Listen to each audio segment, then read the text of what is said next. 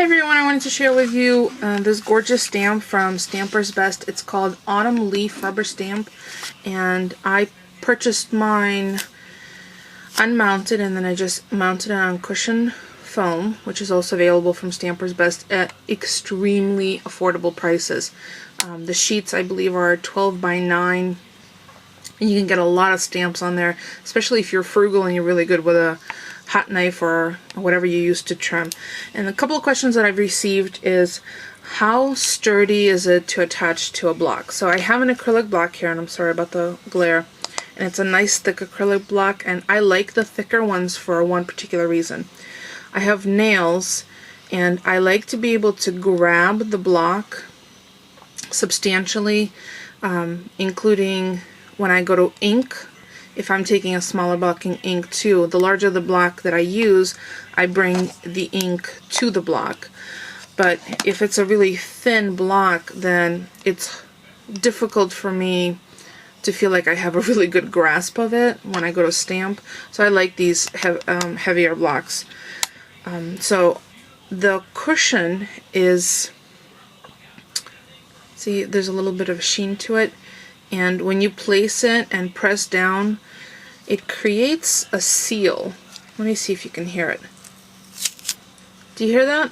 There's nothing sticky or tacky, but it's the texture of the foam, the cushion foam, that when you press on it, on the clear, on a clean flat surface like this, it does seal it very nicely. So see, nothing's falling off, and you can hear it peel up. So I've taken this large 3x3 rubber stamp. I'm just going to push it in, and I've stamped it with a couple of different things, and I'll show you the card in a second. The first one is with VersaFine Onyx Black, and look at the detail of the veining in the stamp. It's very, very detailed. Then I used one of the new Tim Holtz Distress inks in the Seedless Preserve, and that is beautiful. Then this one is the Ripe Persimmon. See that? And this third one is Gathered Twigs. So those are the three new colors. And I know that they were released for Halloween, but these are great for fall. Look at the fall colors. So there's just the three that I've stamped, and there's not a lot of bleeding, even though it's distress ink, so it's very, stamps really nicely. And this is the detail one. And then this one I stamped with all three. And the way that I did that is I used my little daubers individually and then took them to the stamp. So I would dip into the ink and then go exactly where I wanted that particular color to appear. I started with the lightest color, which is the Bright Persimmon, and then went to the Gathered Twigs, and then finally the Seedless Preserve, because that's the darkest one, and I didn't want to transfer ink where I didn't, it's easier from lightest to darkest. So then, as you could see, it really does look like a leaf that's changing color. And then for the card, what I did is I stamped it with, just grab it, with my Versamark, and then I used Detail Black Embossing Powder. And this started out as a white piece of paper. I think you could see it if I, see, white piece of paper. So I stamped it with VersaFine, and then I used Fine Detail Black Glitter.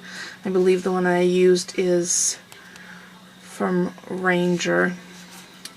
And then I used the daubers to rub over with the inks, which deposited the ink in between all of the embossing.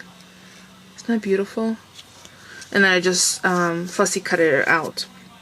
Mounted it on craft cardstock base, which standard A2 size, then a layer of black to pick up the black embossing, a layer of this really deep purpley lavender, which matches the Seedless Preserves very nicely, and then a top layer of this like tangerine that matches the persimmon color.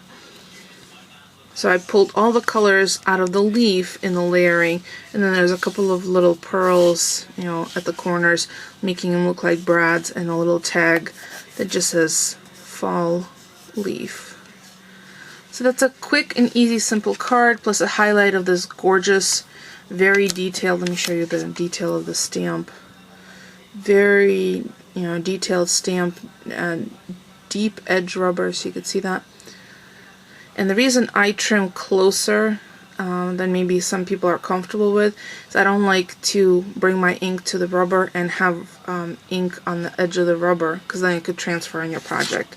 So I cut this with my hot knife, which I have a detailed video on how to do that as well. So if you have any questions about any of these products, or if you would like me to do a step-by-step right on the video, I'd be more than happy to.